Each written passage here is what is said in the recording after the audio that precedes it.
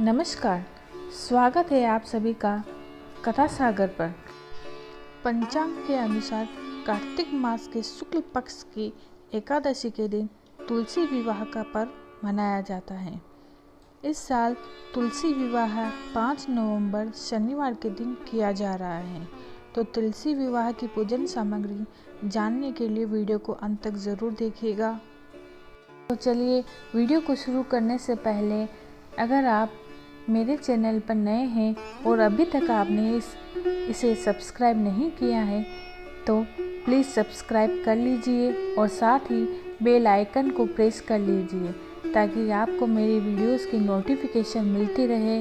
और वीडियो पसंद आई तो लाइक करिए, शेयर करिए। तो शुरू कर लेते हैं आज का वीडियो। तुलसी विवाह पर तुलसी देवी और भगवान शालिग्राम का विधिवत विवाह कराया जाता है। इस दिन पूजा करने से हर मनोकामना पूर्ण हो जाती है और सुख समृद्धि की प्राप्ति होती है। तो जानते हैं तुलसी पूजन की संपूर्ण सामग्री। तुलसी का पौधा भगवान विष्णु की प्रतिमा, चौकी, गन्ना, मूली, आंवला, बेर, शकरकंद, सिंघाड़ा, सीताफल, अमरूद, अन्य मौसमी फल, धूप, दीपक, वस्त्र, फूल और माला, सुहाग का सामान आदि। तुलसी कौन थी, भगवान विष्णु को सबसे प्रिय क्यों थी, जानते हैं कथा। कार्तिक मास के शुक्ल पक्ष की एकादशी पर भगवान विष्णु के शालिग्राम रूप और माता तुलसी का विवाह किया जाता है। कई लोग द्वादशी तिथि पर भी तुलसी विवाह करते हैं। तुलसी भगवान विष्णु को अति प्रिय है। तुलसी के बिना भगवान विष्णु भोग स्वीकार नहीं करते हैं। तुलसी पूर्व जन्म में एक लड़की थी जिसका नाम वृंदा था। राक्षस कुल में जन्मी यह बच्ची बचपन से ही भगवान विष्णु की भक्त थी। जब वह बड़ी हुई तो उनका विवाह राक्षस कुल में ही दानव राज जलंधर से संपन्न हुआ। राक्षस जलंधर समुद्र से उत्पन्न हुआ था।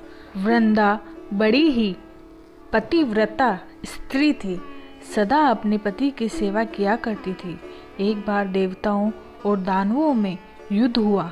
जब जलंधर युद्ध पर जाने लगे तो वृंदा ने कहा, स्वामी आप युद्ध पर जा रहे हैं, आप जब तक युद्ध में रहेंगे मैं पूजा में बैठकर आपकी जीत के लिए अनुष्ठान करूंगी। जब तक आप नहीं लौट आते मैं अपना संकल्प नहीं छोड़ूंगी। जलंधर तो युद्ध में चला गया और वृंदा व्रत का संकल्प लेकर पूजा में बैठ गई। उसके व्रत के प्रभाव से देवता भी जलंधर को न हरा सके। सारे देवता जब हारने लगे तो विष्णु जी के पास पहुँचे और सभी ने भगवान से प्रार्थना की।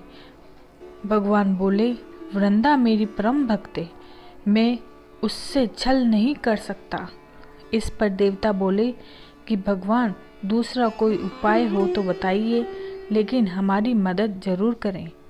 इस पर भगवान विष्णु ने जलंधर का रूप धरा और वृंदा के महल में पहुंच गए। वृंदा ने जैसे ही अपने पति को देखा तो तुरंत पूजा में से उठ गई और उनके चरणों को छू लिया। इधर वृंदा का संकल्प टूटा, उधर युद्ध में देवताओं ने जलंधर को मार दिया और उसका सिर काट कर अलग कर दिया। जलंधर का कटा हुआ सिर जब महल में आ गिरा तो वृंदा ने आश्चर्य से भगवान की ओर देखा जिन्होंने जलंधर का रूप धर रखा था।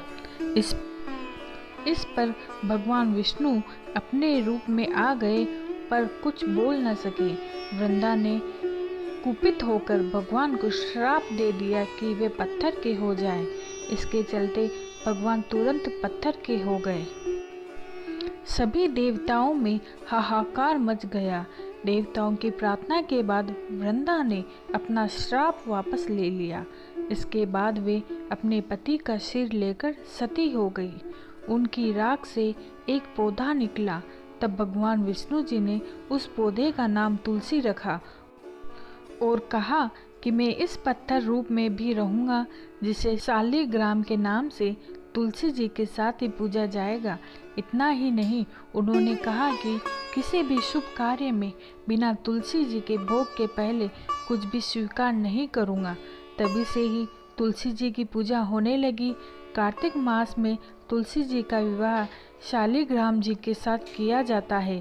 साथ ही देव उठावनी एकादशी के दिन इसे तुलसी विवाह के रूप में मनाया जाता है। मेरे वीडियो में अंत तक बने रहने के लिए आपका बहुत बहुत धन्यवाद।